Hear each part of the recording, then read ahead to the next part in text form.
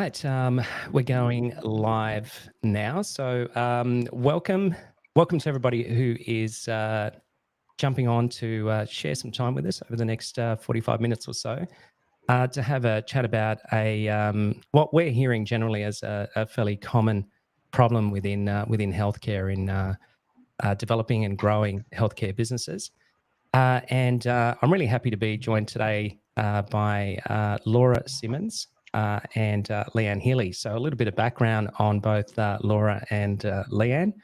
So Laura is the CEO and founder of a emerging occupational therapy application in health tech called Theratrak.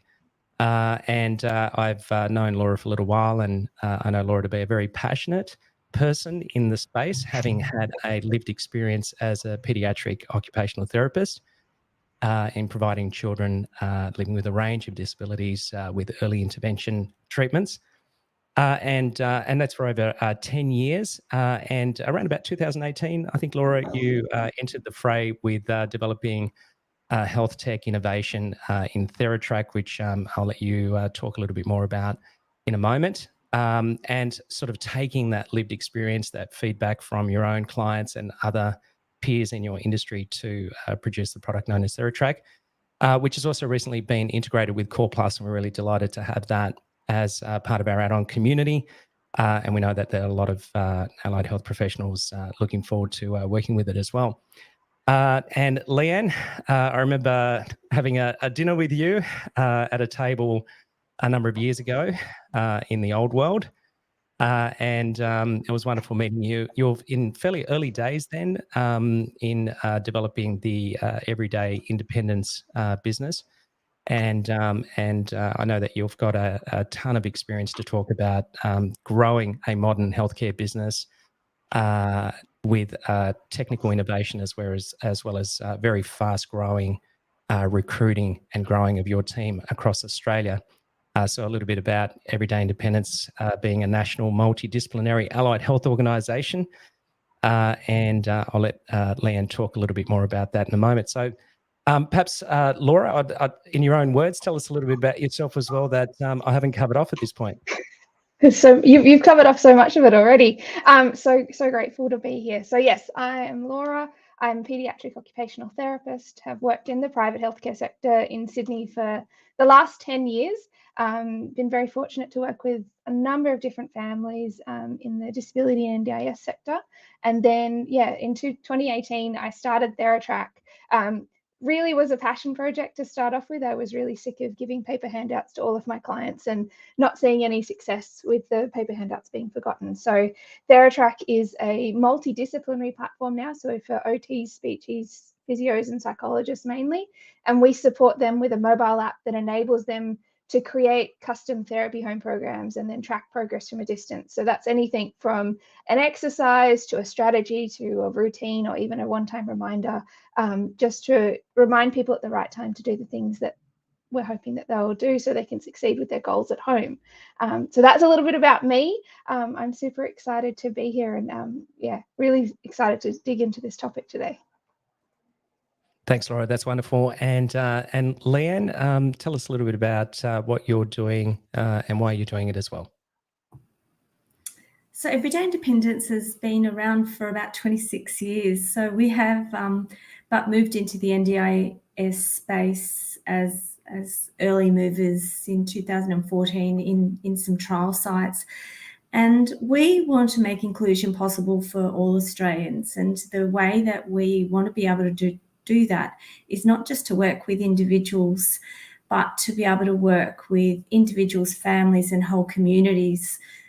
We believe that using a social model, that if we can build capable environments around people that have some challenges, that people are going to be included and optimize the things that they're able to do. So that's, we've got a fairly compelling, we'll talk about this as we get going, but we've got a fairly compelling why and a fairly compelling mission about making inclusion possible for everybody. And when it comes to innovation and change, we really try and make sure that is, that's our North Star. Fantastic. Thanks, Leanne.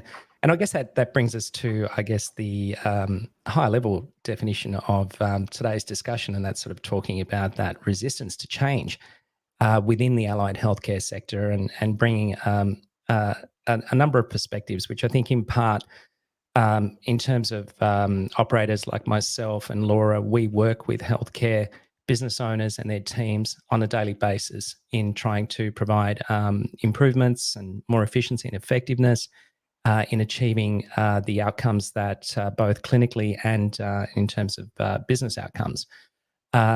And Leanne, you represent the allied healthcare community in a sense, because you're dealing with then taking products like health tech products such as Theratrak and others, and then figuring out how to systemize that and how to bring that to the fore with your own team, and growing a high quality, scalable business model that can support clients and participants in the case of disability.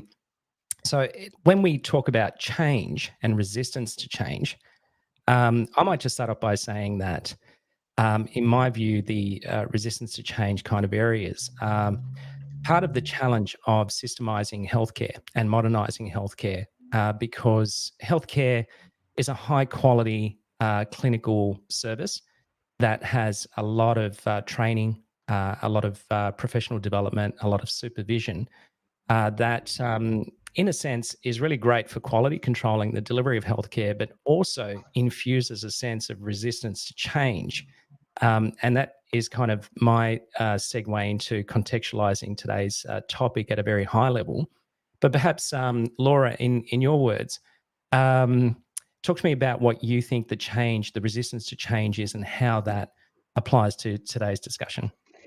I laugh because I wear two hats in this scenario, right? I'm an OT on one side and a tech founder on the other. So I'm probably in the bucket that tech founders and people in the technical world would be an early adopter.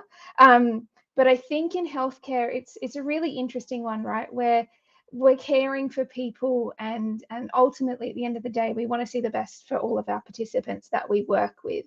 And so I think there's a level of maybe some risk adverseness that comes with that. I'm not sure if this will work with my participant. I'm worried what the outcome might be. I'm worried if they'll like it, those sorts of feelings. My favorite response a lot of the time with Theratrak, when therapists start to use it, is, oh, that wasn't so scary, which is an interesting comment that I think that they make when we're talking about technology that we use in our everyday life, right? We have our phones that we've been using since the a lot earlier than the early 2000s, but with text messaging and Instagram and Facebook, and we're on LinkedIn and YouTube right now. This is a normal part of our day-to-day, but healthcare sort of has, I feel like it's been left behind. And I would love to hear from Leanne later around the organizational perspective as well, around that resistance to change and what that is and why that is. I think there's also, from my perspective, as a clinician, there's a little bit of tech burnout in the industry as well. We were handed or shown a lot of tech early on that maybe didn't work to the way that we wanted it to work, or we thought that was exactly how it was supposed to work, but it didn't really fit our participants and it didn't fit how we worked in our workflow. And so there's a lot of resistance, I think, in that space as well, where that's not going to work for the way I work, because the last piece of tech that I picked up didn't work the way I wanted it to. As one of the things at Theratrak we're really passionate about is co-designing with industry leaders and industry experts, both participants and therapists and clinic owners, around getting the user experience right. How do we use this in a clinic? How do you, what do you want to see next in our product? And that Theratrak is sort of an ever evolving platform that, therapists know that we're continually co-designing, we're continually evolving. It's kind of like coreplus in a way, right? You're continually adding new products to the system so that it's not just a stale piece of technology that sits in a cupboard and it's there. And then probably the other side of it, which I think I'm really passionate, is about students. When I went through uni, which really wasn't that long ago, 10 years ago, there was not really a focus on technology and using technology in practice. And so one of the things that we do a lot is student training. So we go out to universities and train students on how to use Theratrak before they leave uni. And I think that's really important, just even to have that exposure to, oh, this is a tool that I can use in my practice. And one of my favorite quotes I'll finish on was one of the students said to us at one of the things, oh, we don't use a thing like Theratrak in practice. And I thought that was really interesting, because they were so used, they're tech natives completely, and they were so used to it that they were sort of a bit disjolted that it wasn't a thing. So yeah, so I think that's probably, for me, that's where it lies, Yianni. So if I could just summarize there, Laura, so you're sort of seeing that there from a training and educational standpoint, the tech really wasn't a focus. Yeah. More recently, you used the term tech native. So are you seeing sort of a younger cohort of the healthcare workforce that is not only comfortable with tech, but actively seeking it? Yeah, I definitely think so. I mean, I think as well, COVID, we always say COVID accelerated healthcare, and I can't remember the exact statistics around technology. It was by years and things like that. And so there is more of a focus in universities now around talking about telehealth. But yeah, definitely, I think the younger students, it's their norm. They've grown up with technology. It's normal to be on my phone and have a Google Cloud and, have a technology as all part of my life. So it makes sense that it would be part of work too. Yeah, and so we're kind of dealing with this sort of a different perspectives and attitudes towards whether tech will actually be useful, whether it can be evaluating within the context of healthcare, that is part of that resistance to members of the workforce who perhaps don't believe in it or haven't had positive experiences of it. Whereas there may be some an emerging cohort who are actively wanting to embrace it, but perhaps may not necessarily know what tech or whether that tech will actually work nicely, within the context of the work that they do. Is that sort of a fair summary? I think so, yeah. And I think the students will almost expect it as part of their workforce as they start to graduate in the next few years, especially. Like, why am I not using a project management tool in my workforce, or an online communication tool to connect with my teams and things like that? I think it'll be, the students will definitely expect it as they graduate in a few years. And even now, I think they are as well. And Leanne, just going to that definition, I guess, of resistance to change, what does it mean from your perspective? So it's a great time for me to speak about this at the moment. So I'm an innovation and change junkie, and it actually didn't take me very long to realise that you can't have innovation without logistics. And I think I'm much more confident about talking about transformational change than I was even 6 months ago or a couple of years ago. And I think for this, for people to really get something out of this webinar, I'm pretty keen to be quite transparent and honest here, that for quite a few years, we just, at Everyday Independence, we had the most amazing, fantastic ideas, great innovations. We just could not land anything. It was just so challenging for us to land and integrate change successfully. And I think, just me personally, I was talking a lot about change resistance within the organisation. And I view it quite differently now. And perhaps if I can just sort of share some of that change of thinking that I've had, it might be useful for some of the listeners. But please, Leanne, I'd love to hear your experience. So one of the things that we did, one of our challenges was that we were introducing change continuously and innovating continuously. At the same time, we were growing rapidly. Not just size and numbers, but growing to a national organisation. And we were able to introduce change quite successfully because we had a very, very flat structure. Then what we did as part of our growth is it was absolutely necessary for us to professionalise our management and our leadership, and we really added on an executive layer and then another layer in terms of leadership, and that was a really great thing for us to do. Brought in some very, very clever, innovative people, subject matter experts, and really shaped up our governance. But what we did with change is that we still continued to communicate and drive change from the top down. And that's what I said, we just couldn't seem to land anything. So what we realised was that our senior leaders had the power to make decisions that were going to significantly impact the collective experience of work for people. But at the same time, the people that were delivering the messages were a couple of layers removed from the people on the ground doing the work.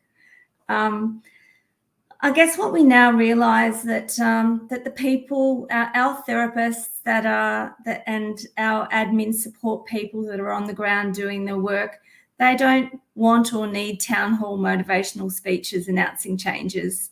They actually need leaders and supervisors who have the direct influence over them and understand the factors that affect their work to be the people that are delivering really straightforward and consistent messages that are aligned but also quite nuanced for that area.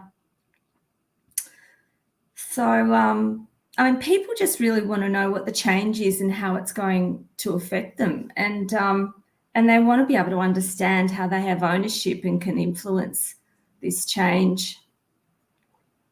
Yeah, so a couple of highlights there that I picked out from what you were saying, Leanne, is and I'm paraphrasing in terms of how I heard it, but you go through different stages as you're growing a healthcare business.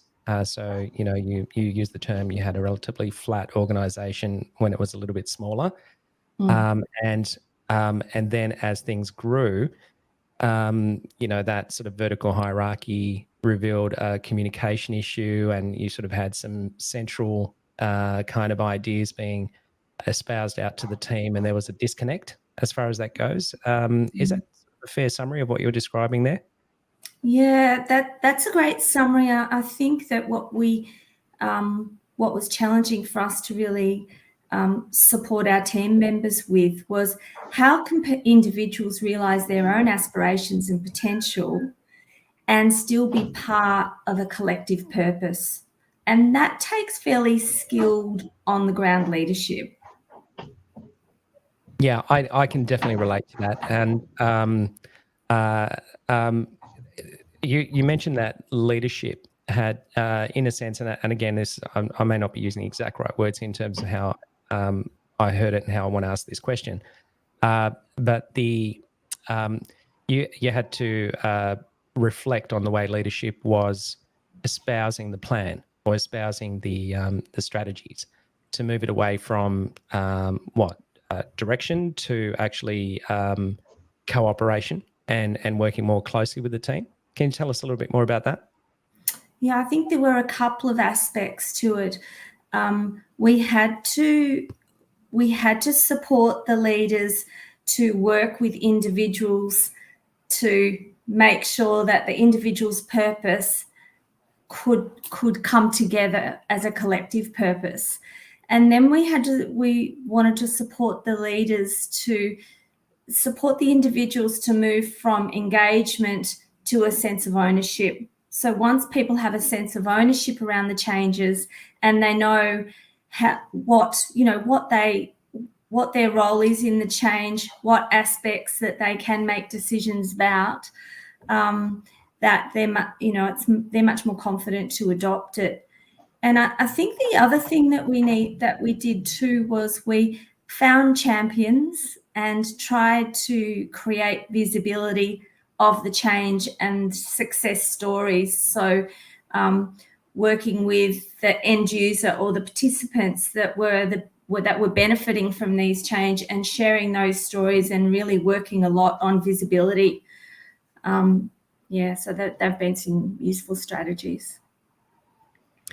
Yeah, that's really interesting. I might just put forward my perspective, even though coreplus doesn't provide healthcare services per se, but we do manage teams of people. And I know in the early days, I wasn't as experienced or adept at managing as I am today. So I was there's a lot of kilometers on the clock, so to speak, that need to be. You have to grow as a person, I think, to evolve yourself. And I think what I experienced is that in the early days, for starters, I'm an extreme empowerer, and when you're in early stage or startup mode, that means that there's a lot of processes that can occur simultaneously because everybody who is empowered to start a process starts one, and then you have multiple sort of processes operating, and they overlap, and they're not necessarily consistent. They're not necessarily quality controlled or as scalable as you'd like. And then as the journey unfolds, you hit a point where you can see it. And as a leader in the business, I could see that within myself. So in other words, the business, in a way, this is how I relate to it. The business to me was reflecting back at me my positives and my negatives, my strengths and my weaknesses, so to speak. So I had to do a lot of introspection there to actually figure out what part of the business was something that I needed to change versus what needed to change within other people. And what I really draw from what you're saying, Leanne, is getting side by side with people. And I had to evolve to be less extreme empowerment and actually start working more closely with various team members, and figuring out what's the best way to do this.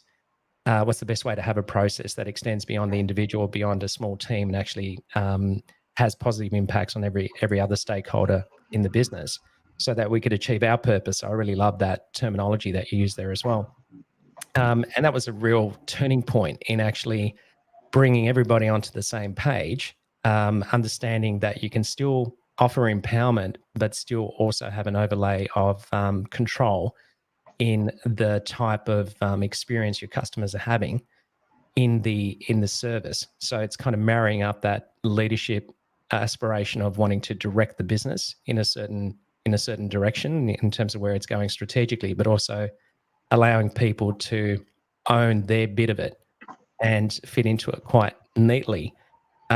So that's kind of been something that I found that my personal growth as a leader started to manifest itself within the business, and that started to change the way that we made decisions around software, around systems, around training, development, and bring a cohesive group of people together. Does any of that resonate with you, Laura? And we'll come back to you, Leanne, and hear whether that resonates with you as well. Yeah, I think so. I think the big key point I was listening to Leanne, and what you were saying was around that clinical champion and the clinical champion model that we talk about a lot in the tech world of find your clinical champion and they'll help bring the technology into the business. I think one of the different aspects about how we did it with Everyday Independence was we had a clinical champion team. So we had a group of therapists that were using Theratrak, and then the stories of success. I think that's a really powerful thing as therapists, and understanding how therapists work, and understanding and how what they relate to when it comes to why I choose to use a certain piece of technology, or why I choose to do a certain thing a certain way, and learning and seeing the impact of, oh, this helped this person be able to do X, Y, or Z, or this helped this person be able to reach this goal faster, or something like that. I think that's a really powerful way of doing that groundswell of helping lots of therapists and lots of participants and different parts of the workforce change. So I think that clinical champion model I really, really love. But I think it's, from what you were saying, Leanne, it's definitely, there is this top-down element that has to happen from a leadership approach, not just the clinical champion who might be working on the ground with their participants and really wanting their work,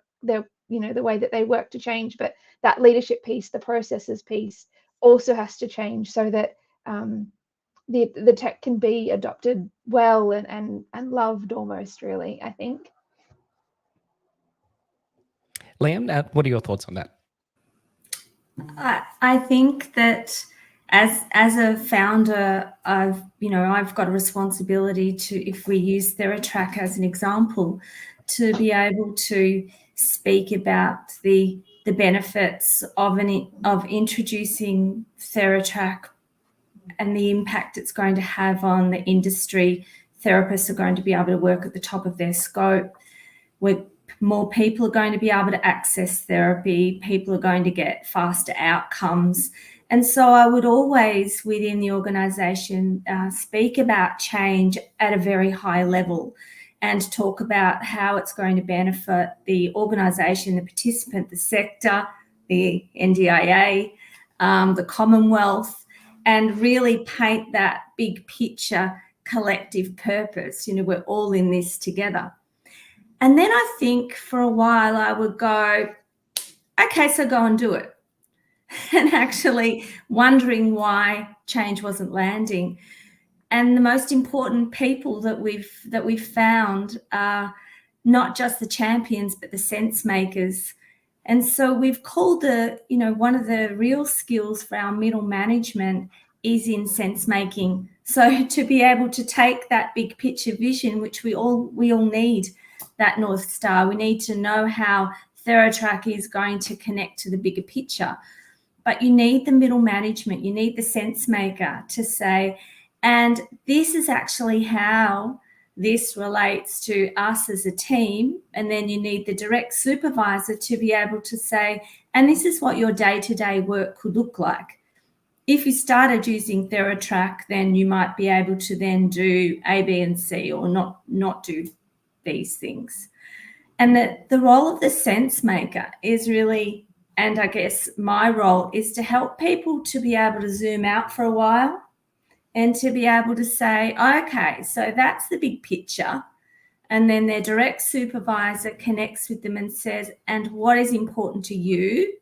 And how can we connect those two for collective purpose? Yeah, that's really great. I love that terminology, the sense maker.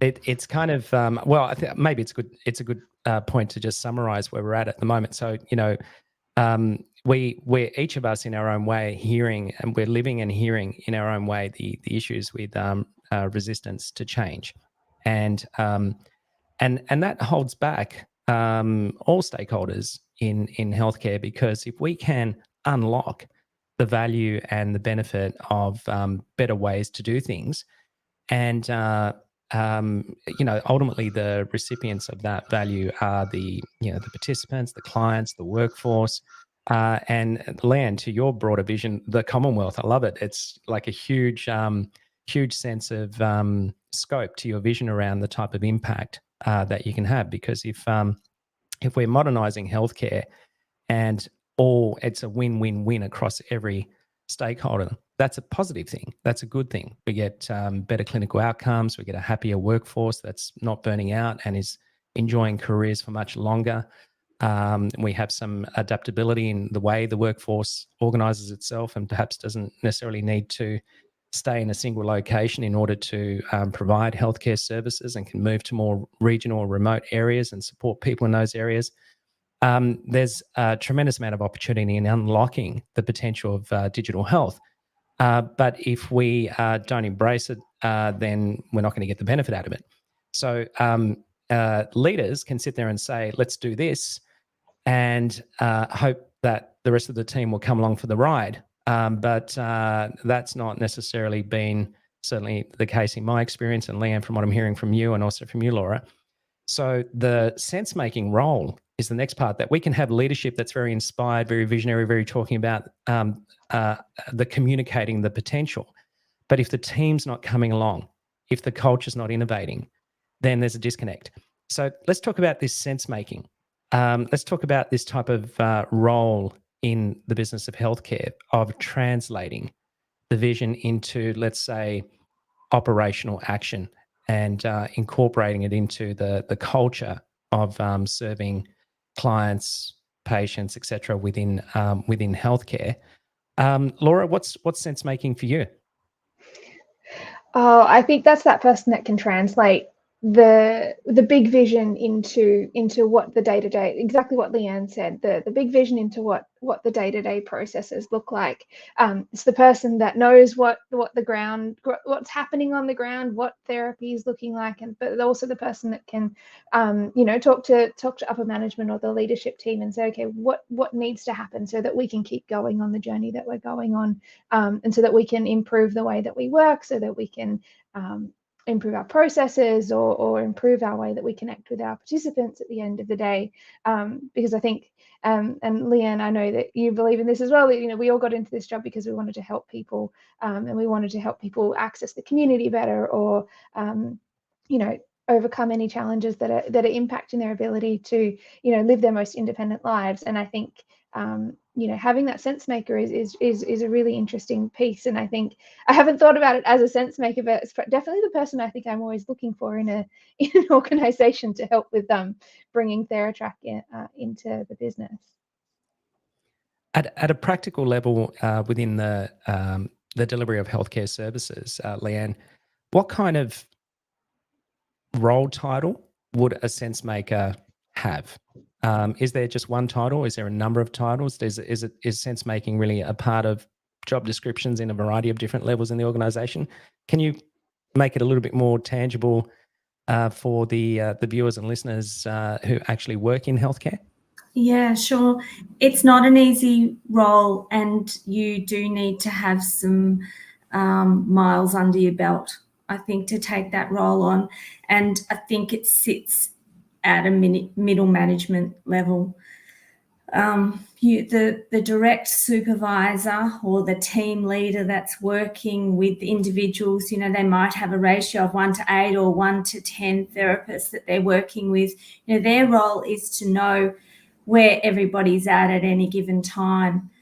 And then they feed information up to a sense maker who's able to synthesize that information into themes and communicate themes up. But I think one of the most important roles for that sense maker, which is why I'm saying, you need to have done some reps to be a great sense maker. One of the most important things is to be able to differentiate fact from feeling, especially when it comes to change. So I will have some people say to me, oh, no one's going to like that. And I go, fact versus feeling, let's unpack that. So a really great sense maker probably wouldn't say something like that. It'd be much more specific, talking about facts versus feelings. Also understanding that that feelings can make or break change. So, certainly not trying to discount feelings, but really being able to differentiate, well, is it 80% of the organisation that are going to feel this way, or is it actually just 10% of the organisation that's going to feel that way, but that 10% are significant influences. So that's a really important quality.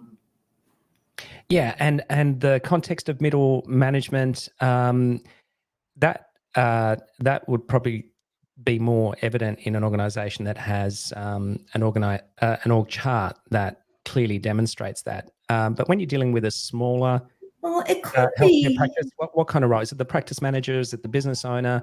Is it a clinical lead? It depends.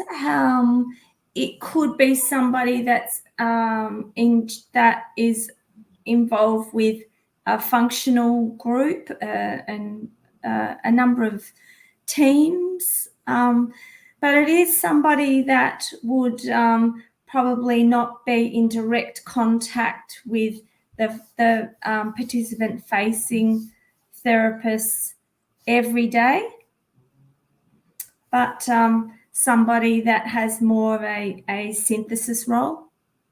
Yeah, I like that term, synthesis. I think that goes to what you were referring to earlier, Laura, around co-design and co-create, which I think are absolutely critical in modern digital health innovation. It's not actually pushing a piece of tech onto a team, but actually having a team requisition the tech because they have a need, and that innovation is addressed by the actual tech, as opposed to being told use the tech, but not really understanding why. So for the technical agile listeners out there, we call that addressing the questions of what do we need to do and why do we need to do it. And you can't answer that question on your own. You have to do it with the people that you serve. So in our case, it's healthcare providers, but healthcare provider, it's their clients and their workforce, their teams. Laura, what are your thoughts on that? Is the sense maker addressing those questions? I think so. Actually, I feel like I was talking to some sense makers yesterday in a co-design conversation with a clinic. Now that I reflect on the conversation and what you said then about figuring out the problem and the why, it was something I think I came into the technology world thinking, everything is solutions based, and I know the answer to the thing. I've been working in healthcare for ages, and I know the answer. I know exactly what Theratrak needs to do. And talking to lots of people, Theratrak has definitely evolved. It still has the core idea of helping people do things at home, but the features and what we create next is definitely driven by our end users. And I think yesterday, from what you were saying before, just around that, who is the sense maker in a smaller practice, I think from what I'm seeing, it's definitely a mix between, if you don't have all of the layers, right? So if you've only got a therapist, a team leader, and then the practice owner, which tends to happen in really small clinics, it's probably somewhere between that team leader and practice owner that is that sense maker. Obviously the practice owner is the one with the vision, but the team leader is maybe a little bit stand back from their participants and things like that. And then you've got the therapist. So it's probably that person that is the sense maker. But again, I guess probably, like you said, Leanne, it probably depends on how many reps they have on or years or things they have on their belt and things like that. But yeah, it's probably that person, I think. Okay, so I guess that's another summary point there, where we could talk about the person in the business who is making sense of the changes that need to occur and doing a great job at communicating that and cooperating with various team members that they're working with, so that the resistance is broken down. And that could be sort of subtle changes that are more human oriented, sort of some changes in the way we do things. But at some point, when we make changes in an organization, relying on manual processes inevitably will lead to a not being able to adhere to that consistently, which translates to a quality issue. And when you have quality issues in the business, they represent risk in a variety of different ways. So that sort of brings us into the idea of systemization and how tech and health tech in particular then really come to the fore, why they are so important at that stage, where you can encapsulate that culture within the context of the system, especially systems that are co-designed and co-created for the various purposes within healthcare. Is sense making also part of then looking either at co-designing, for example, working with the Theratrak to co-design some of those workflows and some of those repeatable processes, or going out and finding a product that's actually fit for purpose, or a number of products that can be integrated together that actually capture 80%, 70%, 90% of the way that that particular healthcare business wants to do things. Is that part of sense making, Leanne, from your point of view? That is much more specialized than sense making.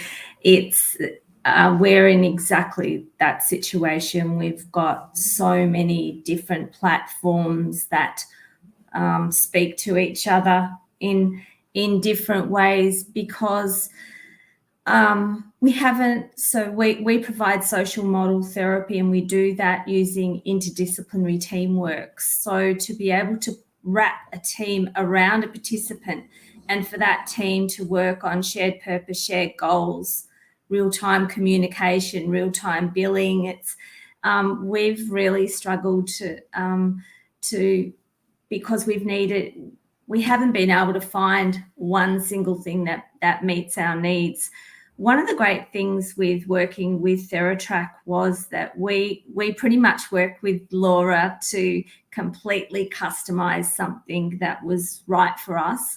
So the outcome has been really great, but it actually did take a long time. So that's not a criticism. It's just that tech builds take a long time if you're going to customize it. But so it really comes back to the scope of, do you want this change to happen quickly, or are you happy for a slow burn to be able to get it right? I think that's one of the key decisions to make at the start, because if you are going to customize it and trial it and refine it, that you not only do you need time, but you need real life problem solving options that also needs to be driven by tech. And Laura, what's your both your clinical and your health tech experience on that? Yes, I think that's very true. I think it does take time. What's really awesome about obviously working with startups, and I'm definitely biased on this, but what's definitely awesome about working with startups and younger tech companies is obviously there's a lot of ability for us to change and mold and work with organizations to co-design features as we grow. That's one of the things I always talk about, is that we're, as long as it's on the same mission and the same vision as you know, helping participants do things at home, that's one of the things that we love co-designing around, because inevitably I don't know where everybody works and how everybody works and what every participant situation is like. So I think that's really, really important. And yeah, so I definitely align with a lot of the things Leanne is saying there. And it's been a really fun journey actually co-designing some of the features that we've built with Everyday Independence. Yeah, it's been a really awesome journey and a definite eye-opener into the different worlds of the disability space here in Australia, not just with kids, but with adults as well. Yeah, so I guess that's another summary point there as well, is kind of looking at systemization of a business as not necessarily just subscribing to a piece of software, but thinking about how a number of pieces of software can coexist and work seamlessly in order to support the way the business is operating today and into the future. And when there's sort of new aspects of the industry, you know, the NDIS is a relatively new scheme, so I know there was a lot of pain in the industry where providers under the scheme were trying to retrofit legacy systems to support the way that the NDIS was working. There was a lot of pain with that. So you have to work to some extent with emerging startups in order to be able to get the new way built into the emerging products, because just statistically, legacy products tend to not evolve as quickly as startup products. But the trade-off is that it takes a little bit of time and effort and cooperation in order to be able to do that. That's an investment, but you ultimately get something that is more fit for purpose for today. But there's a lot of value then in the way that grows over time, because there's, if you sort of think about that top of the bell curve, most businesses operating in healthcare will do some of what you're already doing, so to speak. So as a product evolves over time, it tends to give you the benefits of how peers in the industry are operating to some extent, because everybody's feeding into that process. But it doesn't necessarily guarantee you 100% fit for the way you actually want to run your business. And I guess overcoming some of that, one thing I would add into the mix, I'll be interested in your thoughts just before we wrap up today, would be the value of what I referred to earlier, systems integration, or perhaps what in our industry is known as add-ons and platform integrations, where you can have a product like coreplus integrate with a product like Theratrak, and you don't need a CTO in your health business to be able to figure that out. Right. Systems integration is a very specialized role, and large businesses and enterprises have to invest in roles and teams to be able to think that through. And that is a lot of overhead and expense to carry in a business. And given that most of healthcare, particularly in the allied healthcare, are small to medium-sized businesses, that's difficult. And so we have this magnificent field of cloud applications, that do specialized things in their own right, but then can easily integrate with each other to deal with some of that integration. Again, doesn't guarantee you're a perfect fit, but could get you 80%, 90% of the way there. And then the humans can make a little bit of change. And all of a sudden we're a little bit more optimized, and then that feedback loop comes into it. Leanne, what are your thoughts on that? You've had a lot of experience with systems integration, so tell me where that resonates with you.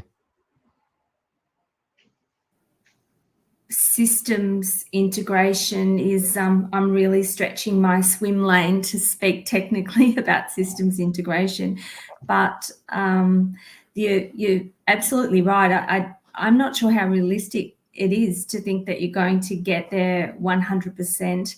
And if you can start off with a product which can be flexible and agile and add on to what you've got, I think that that's a good option. The challenge that we've had is just that, you know, making that integration work has been really tricky. And Laura, your comments on that?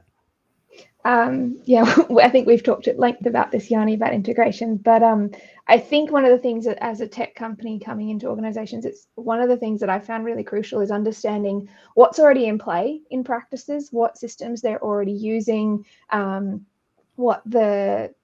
those systems talk to each other as well, and how the tech is going to be used in the organization, I think is really important. The reason why we integrate with coreplus is so that case notes can be saved automatically.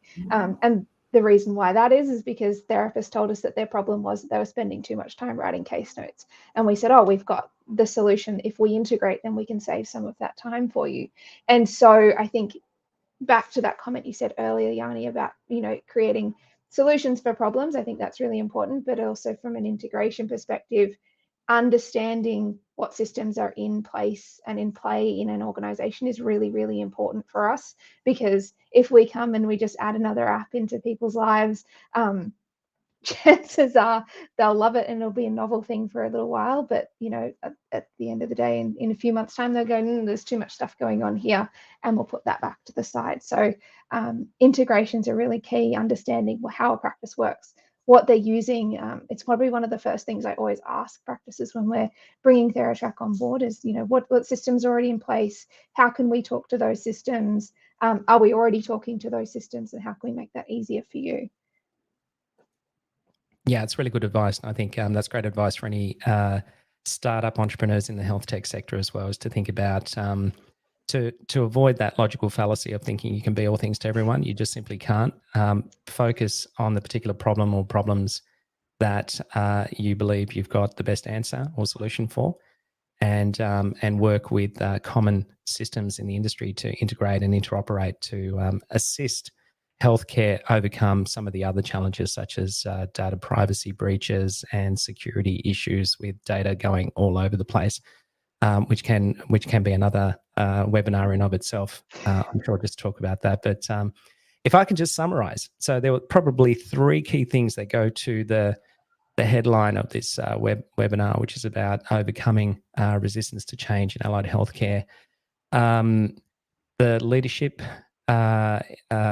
to work closely with teams to help communicate and translate and make sense out of the objectives and strategies that are desired by the leadership, and to stay on point with mission and purpose. That sense making translates into ownership for everybody within the team. And that translates into cultural refinements and engagement with the objectives of the organization. And where there are unstructured, or let's say non-systemized areas that have evolved as part of that cultural innovation, it's to look for systems that can actually seamlessly and neatly fit into the prevailing operational landscape technically, or the technical environment, to lock it in and let that quality roll forward until the next change is needed. Laura, last word. Is that a fair summary? Anything I left out? I think that's definitely a fair summary. I think the only thing that I would add on there is that tech is not scary, and to have a go, I think is the biggest thing with new technology. And always my pro tip is have a go at the technology. Good luck. Try and break it if you can, but just have a go at it and see how it works. Maybe try it on yourself. Try it with a friend before you try it with a client. That's always my pro tip. Yep, consistent with the co-design, co-create. And Leanne, was that a fair summary? Anything I left out? Oh, it was a fantastic summary, but actually your final word was something that I wanted to share. It's around real co-design. It's definitely an area that we want to get better at. So we have to make sure that we're co-designing with the real experts, and they are the people that are purchasing therapy in our instance. And we're really committed to getting a whole lot better at bringing the real experts in right at the start and truly co-designing this work. Yeah, I'm a big fan of the co-design. So thank you once again. Really appreciate everybody who's attended today or listening to this. And Laura, thanks for your time. Leanne, thanks for your time as well and your experience. Really appreciate it.